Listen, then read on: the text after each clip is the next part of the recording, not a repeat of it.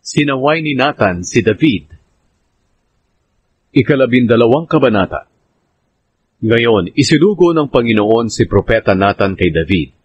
Pagdating niya kay David, sinabi niya, "May 2 taong nakatira sa isang bayan. Ang isa'y mayaman at ang isa'y mahirap. Ang mayaman ay maraming tupa at baka. Pero ang mahirap ay isa lang ang tupa na binili pa niya. Inalagaan niya ito at lumaking kasabay ng mga anak niya. Pinapakain niya ito ng pagkain niya at pinapainom sa baso niya. At kinakarga-karga pa niya ito. Itinuturing niya itong parang anak niyang babae.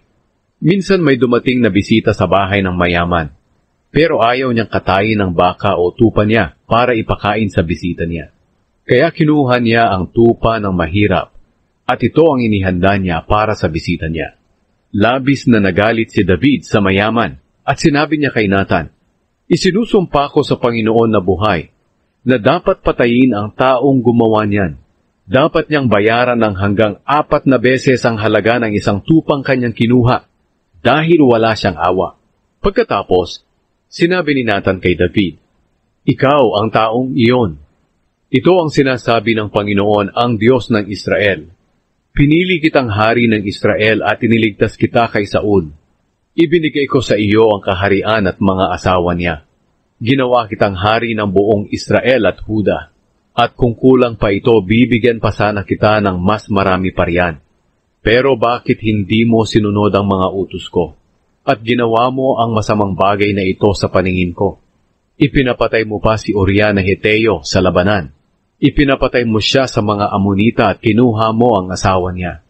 Kaya dahil sa ginawa mo, mula ngayon palagi nang magkakaroon ng labanan at patayan sa pamilya mo.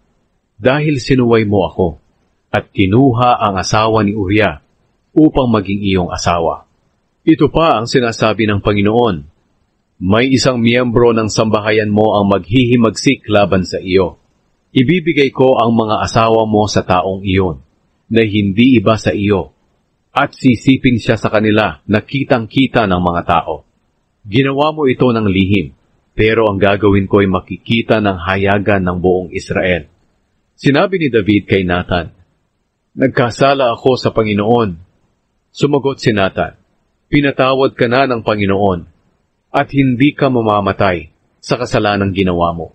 Pero dahil sa ginawa mo, binigyan mo ng dahilan ng mga kalaban ng Panginoon na lapastanganin siya. Kaya siguradong mamamatay ang anak mo." Nang makauwi na si Nathan, ipinahintulot ng Panginoon na magkasakit ng malubha ang anak ni David kay Bathsheba. Nakiusap si David sa Diyos para sa bata. Nag-ayuno siya sa loob ng kwarto niya, at natutulog siya sa lapag gabi-gabi.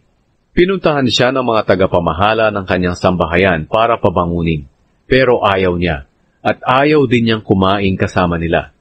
Nang 7 araw, namatay ang bata. Natakot ang mga lingkod ni David na sabihin sa kanya na patay na ang bata. Sinabi nila, "Paano natin sasabihin sa kanya na patay na ang bata? Hindi nga niya pinapansin ang pagdamay natin sa kanya noong buhay pa ang bata. Paano pa kaya ngayong patay na ito? Baka kung ano ang gawin niya sa sarili niya." Napansin ni David na nagbubulungan ang mga alipin niya, kaya pakiramdam niya patay na ang bata. Nagtanong siya, "Patay na ba ang bata?" Sumagot sila, "Patay na po siya." Pagkarinig nito, bumangon si David, naligo, nagpahid ng mabangong langis, at nagpalit ng damit. Pumunta siya sa bahay ng Panginoon at sumamba. Pagkatapos umuwi siya, nagpahain at kumain. Sinabi ng mga lingkod niya, "Hindi po namin kayo maintindihan. Noong buhay pa ang bata, nag-aayuno po kayo at umiiyak. Pero ngayong patay na ang bata, bumangon kayo at kumain."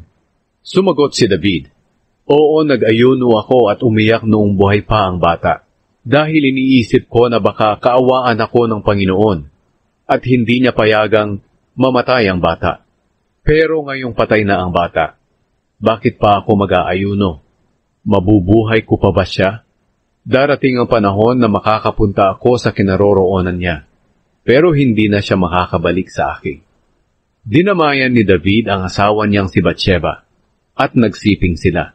Nabuntis si Bathsheba at nanganak ng isang lalaki, at pinangalanan nila siyang Solomon. Minahal ng Panginoon ang bata, at nagpadala siya ng mensahe kay Propeta Nathan na pangalan ng Jedediah ang bata dahil mahal siya ng Panginoon. Sinakop ni David ang Raba. Sa kabilang dako, sumalakay sina Joab sa Raba, ang kabisera ng Amon, at malapit na nila itong masakop. Nagsugo si Joab ng mga mensahero kay David para sabihin, "Sinalakay po namin ang Raba at nasakop na namin ang imbakan nila ng tubig. Ngayon tipunin niyo po ang mga natitirang sundalo at tapusin na ninyo ang pagsakop sa lungsod, para kayo ang maparangalan at hindi ako." Kaya tinipon ni David ang natitirang sundalo at sinalakay nila ang Raba, at nasakop nila ito.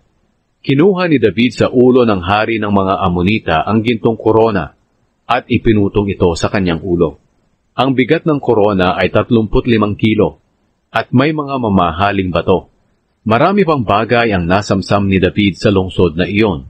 Ginawa niyang alipin ang mga naninirahan doon at sapilitan silang pinagtrabaho gamit ang lagare, piko at palakol, at pinagawa rin sila ng mga tisa. Ito ang ginawa ni David sa mga naninirahan sa lahat ng bayan ng mga Amonita. Pagkatapos, umuwi si David at ang lahat ng sundalo niya sa Jerusalem.